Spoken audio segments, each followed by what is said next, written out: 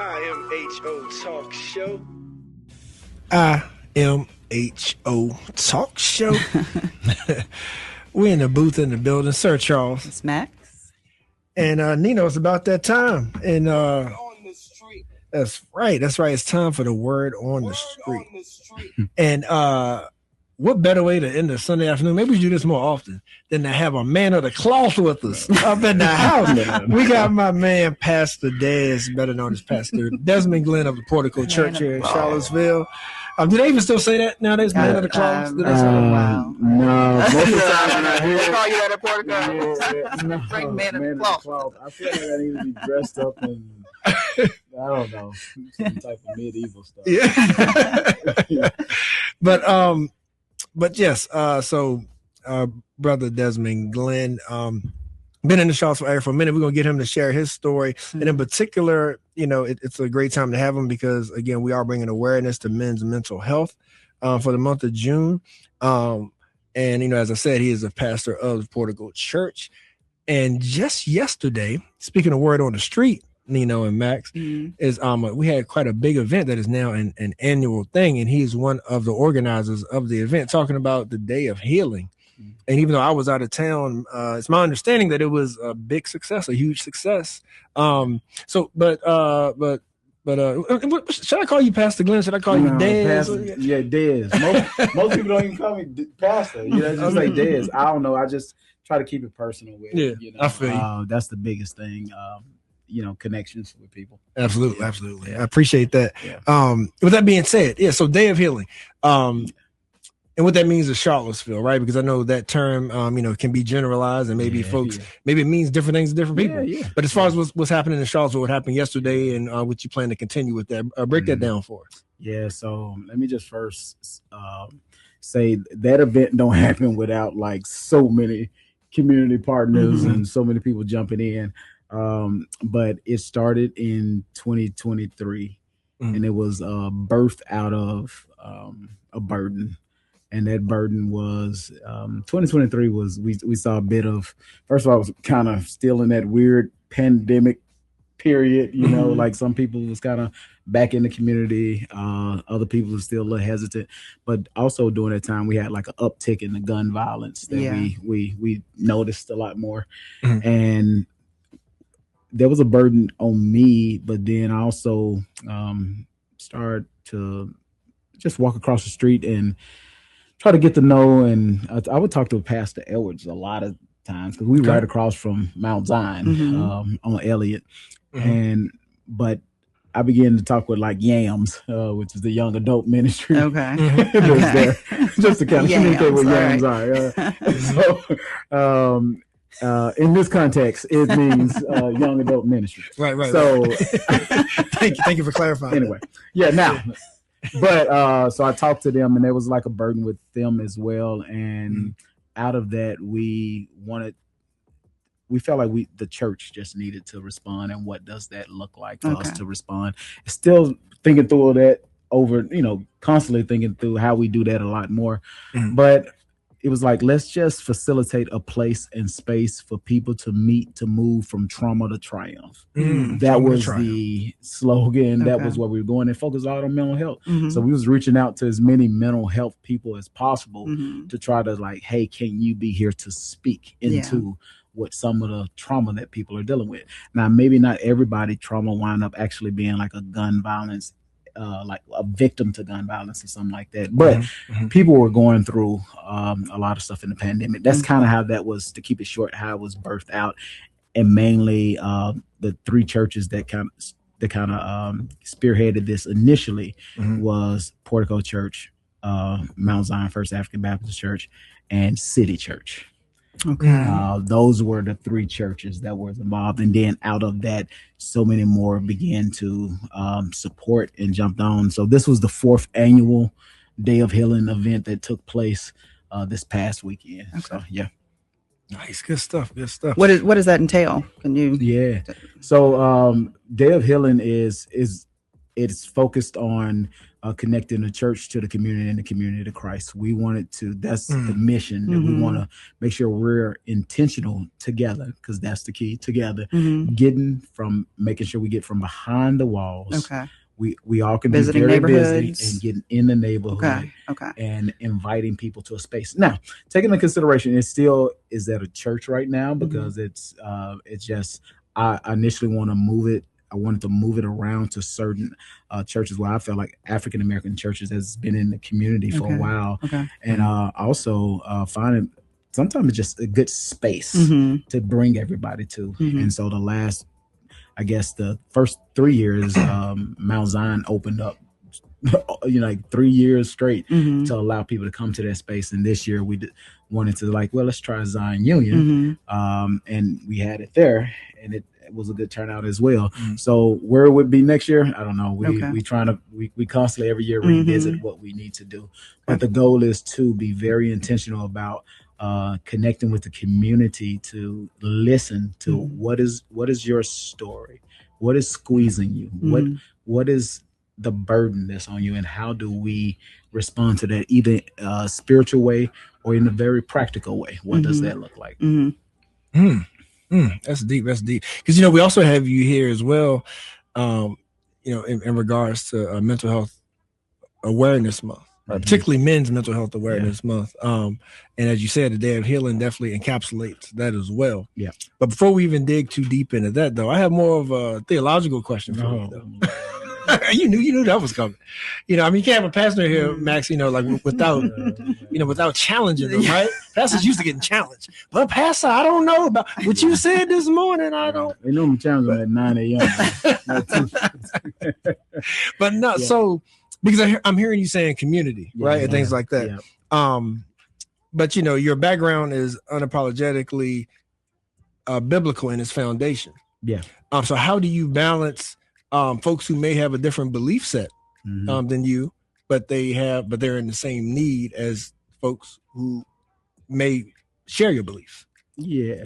I mean, we all create, regardless of the way I look at it, we're created in the image, I would say in the image of God. Like, you don't have to necessarily believe every single thing I believe. The reality is that I struggle with anxiety, and I personally have a struggle with anxiety. And it's people that don't believe what I believe struggle with anxiety. And we got to at least come to a sense of agreement, like there's something that our bodies take on and deal with, and how we deal with stress. We have to figure out what is the trigger to that. So first, I'm going to respond and connect with that person as somebody who's, you look like me. We both eat. We both drink something. We both need rest. We both need help. That's right. So I'm going to first respond to you like I supposed to respond to you. I love God, love your neighbor, regardless. So necessarily your belief at the moment don't make a difference to me, in the sense that I am still called to come alongside of you and be an agent of mercy. If that makes sense. Oh yeah. It definitely. I ain't trying to skip out of the question. No, you good. It can get complicated, but I want to be real. That's the first encounter you should have with a person. Like that's my neighbor. That's somebody who struggles with something that it's a bodily ailment or whatever it may be, if it's in the mind, if it's in the body, and other places, but we all are susceptible to those things. So. Yeah. And I think a big part of it as well is when you look at literal versus generalizing one's beliefs or religion or spirituality, right? Because one way, you could argue that you may outcast some people, and then another way you could say, no, God is love, right? You know what I mean? It's like love your neighbor as yourself is number one, right? All the laws is wrapped up into that, right? So, but then you could have folks on the other side who may be fire and brimstone. You got to do it this way. You got to say it this way. You know what I mean?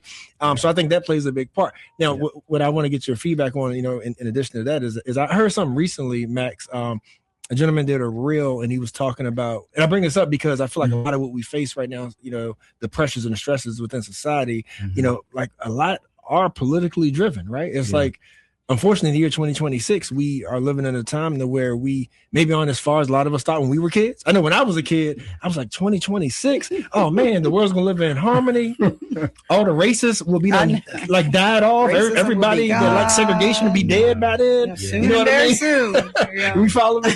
And so, but what the guy in the reel was saying though, Brother Dez, is he was talking about how majority of white Christians and majority of black Christians, how can they read the same Bible, pray to the same God, and vote totally different? Yeah. You know what I mean? And really the bottom line, the point that he was making is really like, lived experiences, and like that's all that your brain knows, until you experience something else. Yeah. And he was saying like you could be conservative if you feel like you're comfortable in the way things are. I want to keep it that way. Yeah. And you're gonna be progressive if your lived experience is, discrimination and racism. Then you're gonna be like, no, we got to change these things, right? Yeah. And one side may not necessarily hate the other side, but it's like what my lived experience has formed me into believing, right? You know what I mean? Yeah. So how do you tackle that aspect of it as well, right? Of having a mixed congregation and having a mixed community and dealing with people who are hard right and people who are hard left. How is a pastor to balance it? Yeah. Well, I mean, what's balance? It's the reality is that I live with that. When I do day of healing, I don't expect the same people to vote the same. The whole purpose is to put people together that don't necessarily look like each other, vote like each other, sound like each other, come from the same culture background. And but I also see that's the way I see that Jesus put his disciples together when they followed him.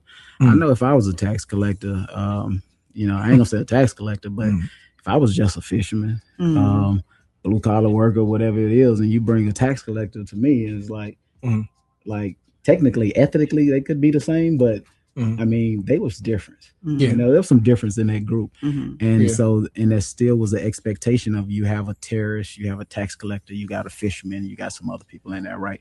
None of them guys will be found dead around each other because they don't necessarily mess with each other like that, especially the zealots and the tax collector. That's like a terrorist and like, why are you putting them in the same group? The thing is that he still said, go and make disciples of all nations. People know you by my disciples. People know you are my disciples by the way you love one another. There's certain type of expectation that I still, when it's said and done, whenever I leave here, yes, according to my belief, is that there's an expectation. Did you do what I commanded you to do, to love people well? Well, I gotta say, man, I don't know, Lord, I didn't love them well because that person didn't vote like me. I didn't love. It was hard for me to love that person because I know for a fact that joker are racist. It's hard. And the reality is that I'm called, and we are called to do the hard stuff, right? And so, I don't know if that answers your question, but is it? But I gotta tell you what I'm thinking though. Yeah, go ahead. You definitely answer. But Max, I gotta think like that's why I can't be a pastor. That's why when people say my daddy was a pastor. Yourself. You know your own limitations. And like people been wanting to place that on me since I was a child. I'm like, you give me a microphone, I'm gonna say something. But guess what? I ain't gonna always say what you may want to hear. Right. You know what I mean? Like that's my whole thing behind it, because like we ain't gonna make this too much of a political conversation. Like, but I just can't see how some people can agree with some things socially and politically, and say that they love their neighbor. Yeah, you know what I'm saying? You also can't. And I'm gonna just say this: I'm not a huge political person. Not because I think I'm not scared of it. I never see myself a political person, so I'm not gonna be able to. I'm not your politic guy. Don't come to me for politics. But I know this. The reality is that until you hear a person's story, you have to hear that person's story. So you might say, hey, I grew up on this side of town. This is the way it is. Another person say, this is the way it is. But when you come together, hear each other's story, does your perspective change? Like personal stories. And then maybe it don't. Maybe you find yourself still agreeing to disagree. But I'm almost guaranteed the way you approach that person next time, that conversation will start to change over a period of time. Now, you just got to have enough tolerance with one another to be able to maybe get in the same room and have the conversation. But right now, it's hard. It's hard. We are divided among so many things. And so, but you have to be intentional about at least trying. And if not, then, we'll stay divided. I don't think I ever, be real with you, something you said, I don't think I ever thought about, and I grew up in Arkansas, pretty much Jim Crow South. That's where I'm born and raised and stuff at. But Mm. I don't know if I grew up thinking that, oh, it's all just going to get better. I don't know if I really thought that so much. And then the older I got, I don't know. Even biblically, I don't think I even think that way. Even Paul said time's gonna get worse. Even Jesus said, in this life you will have trials, but take heart. So there's some stuff I'm gonna have to take heart in, but I don't think stuff just automatically gonna get better. However, but we should move towards doing what we can. You know what I'm saying? So facts. We are talking to Pastor Desmond Glenn. And we are, again, this is, men's mental health thing as well. And Max and I have been talking about this today. We've had other guests in, and we even talked about, like some of the top things that when men are in safe spaces, what types of feelings and like what types of emotions do they share? So let's hear from the biblical perspective, right? Because and Max, please chime in as well, because like a lot of times when we think about structure, right? You think about even how men and like as much as men sort of inherently are asked to lead, right? Like whether that's you're a husband or whether you're like just in any kind of relationship, you're a father, right? Whatever the case is. Like, so when you think about men's mental health, and again, you coming from the biblical perspective, like, but how can we apply that in today? And on this show, particularly Black men and the pressures that we face at work, at home, within ourselves that we're scared to share. What does the Bible tell us about the Black, that you can relate, to the Black man and what he's going through right now? Yeah, in regard to kind of broad, like in just like the current struggles of it's 2026 again, and we're still dealing with racism, and we're looking at like what divorce rates are, and we're looking at still getting profiled by the police, and you know what I'm saying, like those perpetual issues that how to find hope in all of this when it's just it's hard to find hope when and it's stressing you out and you're scared to talk about it. So a couple things that I'm sitting over thinking about is that I don't, and maybe y'all have a better idea. I know it's low, like how many men like actually seek out somebody to talk to before they blow up. You know what I'm saying? Whatever you define, what's that moment and what it looks like. I think biblically, just from the Bible's perspective on it, obviously it's talking about humanity in general, but in our context, as we focus on the Black man and what we deal with, went from leadership to like providing and protecting and all of that stuff. It's a lot. I wish I think of something. It was a real. It don't. Let me just. I mean, we read in the same Bible, and it's not separate. It really isn't separating. The Black experience from the white experience. No, it's not. And it's not separating how you teach, preach, or train anybody based on the color of their skin. It talks about us as one. And the direction and guidance that it provides is for all. And so I think it is kind of hard to, while what Charles is referencing is talking about modern day, what we're experiencing and dealing with from a biblical perspective, you can only talk about it from the singular perspective that the Bible provides. So no, I was thinking about I was finna say it was like a reel. It was something about that I felt this. It wasn't even from a text, but it was something about TD Jakes' voice behind something saying the man like staying at home is a problem. Going to work can be overworking is a problem. I was just thinking about the mental impact initially. What I was thinking about like how much pressure can be on guys to try to be whatever the man he can be, and at the same time trying to provide, but I think social media can play a lot into like my emotions, because if I can and I don't want to kind of stray away from what you're saying, good. But I was thinking in my mind, like if I'm looking at Instagram and a guy get off a G5 flight or something, and I got a Honda Accord outside, there's something that's all around me that's affecting the mental. So I don't know, like spiritually, when I think about it, I I will tell you, like last week, like I'm feeling a little down and I'm walking down the road. I was literally right across the street walking past here. And I'm thinking, and Philippians hit my mind, chapter 4, where Paul says, think on these things. Yeah. So here's the thing. Yes, the scriptures do speak from a general sense, but you have to know who you are, regardless of your ethnicity. As a black man, let me just say, I'm gonna look and say, well, I'm still created in the image of God. Yeah. I still have dignity. I still have value. I still have talents. I still have worth. So I do have to remind myself of what the Lord has reminded me of. Now, yes, that can be applied to everybody, but in the context, still as a black man, that whatever I'm dealing with in today's society, I have to remind myself of what the Lord has said about me, what He has instilled in me, and I have to lean into that. I can't have, and I know it's hard because I can be the first one to kind of woe is me, find myself in that pity state. But at some point, I have to come out of there. I tell myself, I give myself 15 minutes, man. 15 minutes. I try to give myself just 15 minutes to say, woe is me, pat me on my back, and just say, I'm sorry, baby, but you need to get your life together. All right. I have to have a little time because that's just, emotions is okay. It's fine to have those emotions, to let them go. But what am I going to do with it? Right. You know, so yes, I find myself going to something like Philippians to tell me to think on these things, and he give a list of things, whatever that's excellent. Let me just say that one part, whatever that's excellent, I have to think about something. So still, scripture is going to show me, even as a black man, I'm gonna look like, man, there's some excellent stuff I can look at.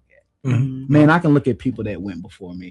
I can look at that. So it maybe not specifically speak on just my ethnicity alone, but as somebody who's created in the imago Dei, the image, and given worth, dignity, values, talents, I have to think on those things. Yeah, that makes sense.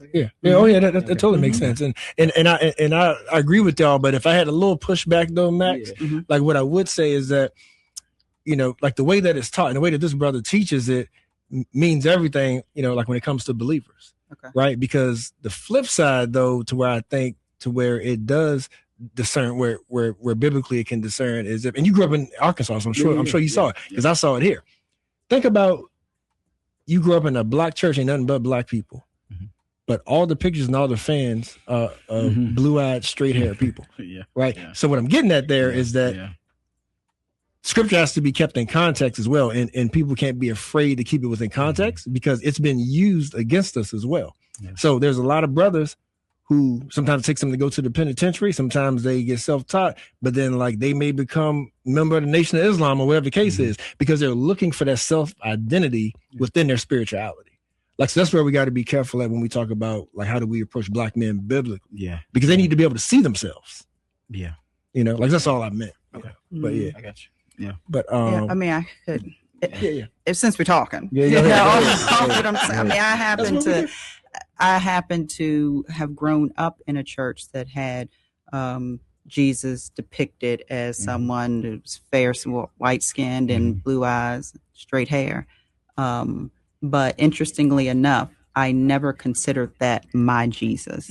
So I think what the black church did a bad job of was the depictions they chose to put on display in their church. But if you were at the right church, they were very good about giving you this authentic word that helped you to know that despite who may ever made the bad decision on that piece of artwork, I know that that's not my God, you know? But I do, and I guess, and that's what that is the trend, being a babe in Christ and growing up in Him is where you know the difference, Charles, of being able to see how you see yourself and being able to see yourself in Him. So no, that's good. Yeah. Spot on. I think we all have that. I've had that. It's crazy. We was dealing with that this morning. I won't even go into it, but it's that picture came out this morning. But we are all he was using it as we're going through the 10 Commandments, so we're going through every single word, and so we was on the image, Mhm. and that popped up. Yeah. So just what you literally just said. Yeah. I think we've all my grandmother had it over her buffet. Mhm. You know that it. little orange aura or whatever. Yeah. Yeah. I Yeah. get you. And so, Pastor Des, we got to have you back because we are up against time. But I Okay. feel like Max would be remiss if we Mhm. didn't address something that's been a common thread through through the show. Right? Okay. Is that the bottom line when it comes to men's mental health, Yeah. brother, is talking about men just feeling safe enough, to express their feelings. Yeah. You know what I mean? So just touch on that for us a little Man, bit. yeah. Listen, this is what I'm trying to get to right here. Y'all got me preaching. I mean, I'm okay with that, but let me say, I'm gonna just give you 3 words. Okay. There's a person, a place, and prayer. I'm just those 3 P's at least for right now. The person. You have to have somebody, and this is again now the guys. You have to have at least, I say, one person. Okay. Mhm. A man. You got to have one other brother around you. You can be completely vulnerable. Brother. Brother. Okay. Brother. Yeah, that you could be vulnerable with. Mhm. Right. And now I'm not caught so much in the ethnicity. If he black brother, white brother, I just whatever it may mean be. male. Yeah, You need male. Okay. Yeah. Yes. You have to have somebody to talk to that I can say, man, at this moment, I am depressed. At this moment, this thought has been going through my mind. If you don't have that person around you, then you might implode or explode, whatever it may be. You have to have a person. And you asked me a question from this, but second, a place. Okay. You have to have, I go for a walk. The best thing, walk around a lake, go sit out on a pond somewhere, go find. You have to find a place of calm to move away from the places of chaos in your life. Yeah. You have to remove yourself somehow, some way. Third, prayer. You got to pray. You got to have that conversation. Scream out to the Lord. Do it. You got a whole book called the Psalms where folks are crying out. I cried out to the Lord. Sometimes it's just I cried out. Some Psalms end very depressed. There is no, and God did anything. You know what I'm saying? But normally you would hear that same psalmist come back and say something about in the midnight hour or something. He wiped my tear. He came in. He removed that whatever obstacle out of my way. But I'm saying when it comes to men, we have a whole book. If you really talk about some of the David, the sons of Korah, all these, the Asaph, all of these warriors wrote psalms. And they cried. Yeah. And so I'm saying they was willing to open up and share what was going on inside of them. That don't make you weak to do that. Love it. Love it. And I think that needs to be expressed even more. Like that needs to be taught, right? Because I don't think I've ever heard that taught from a pulpit. And I say that because from my recollection, what's always taught, like biblically speaking, is the like structural, and like the hierarchy. Of like the man is the head, you know what I mean? Like these are the things that we hear within church. And so I think by default, that makes men feel like that they can't be weak. They got to stay in charge. They got to stay strong. You know what I mean? And you know what I mean? Like, like you give yourself for your wife as Christ gave himself for the church, right? You hear those things, and that's hard for a man to show weakness. And if that's all he knows. Yeah. And at 40 years old, it landed me in therapy as a pastor. I never went to therapy until I became a pastor. Okay. Because I was trying to be something I was never meant to be. And when you get to that point where you broken and you finally get to that point and it don't kill you, but you are broken enough to realize now you will start opening up. But you have to get to the point, and sometimes it don't happen until you're on your back and you realize, okay, you can take a punch to the face and a punch to the gut, but you can't take one to that emotional side of you that within you. Like you ain't flinching at when you struggling with suicidal thoughts. I don't care what you're dealing with. I don't care how much you bench pressing them, how many deadlifts you do. It don't make a difference. You need somebody to come alongside of you point blank. And if you don't, that don't make you tougher. What makes you a man is to say something about it. Talk to, I don't care who you talk to at that moment, but talk to somebody about it. Cry out if you have to. I cried out to the Lord. He heard my cry. There we go. You need to get on some solid ground. Yeah. Man, I love it. Brother, thank you for being here today. Max, that's how we should end every show. Hey, yeah. Good word. Good Have you word. come in and give the preacher spiel right at the end there. Just bring us on home. What's that PJ Morton song? Better benediction. Yeah. Well, thank you. Yes, sir. Thank you, man. And anytime, the airwaves or anything you got going on at the church and the community, please let us know and we'll help you. Y'all got me fired up. At first, I was just like, yeah. You got ready to preach, huh? I love it. Felt the spirit. You want to take us home, Max? Yeah. Thank you all to the listening audience. I can't end any show without expressing our gratitude for hanging with us for all these years, in my humble opinion, and then rocking with us Sunday after Sunday, listening to these shows. And I hope that we are imparting some wisdom, some knowledge, some understanding on topics and things like that add to your life, that help you to, that answer some questions and just, help you to be a more productive person. You ever have any questions for us, feel free to reach out. All our social media platforms. Hit us up on imhotalkshow, however you see fit. But we're here for you, listening. Got something you want us to talk about? Reach out. Got feedback for us? Reach out. Okay, we love you. I want to say, Pastor Glenn, we didn't say tell folks how to reach you, right? Yeah. And like even when you have services, they can come visit. So the best way to probably reach me, I'm rolling around the community somewhere, but you can you can look at Center and Therapy. You can pull that up here in Charlottesville, or you can reach me at Portico Church, which is located downtown, but you can just Google it and pull it up. But you can catch me, or you can just, Facebook me, just Desmond Glenn on Facebook, or Popsa4_, even though I got 5 kids, but I just need to update it. But Popsa4_ on Instagram. You can reach me there as well. There you go. Take care of yourself and each other.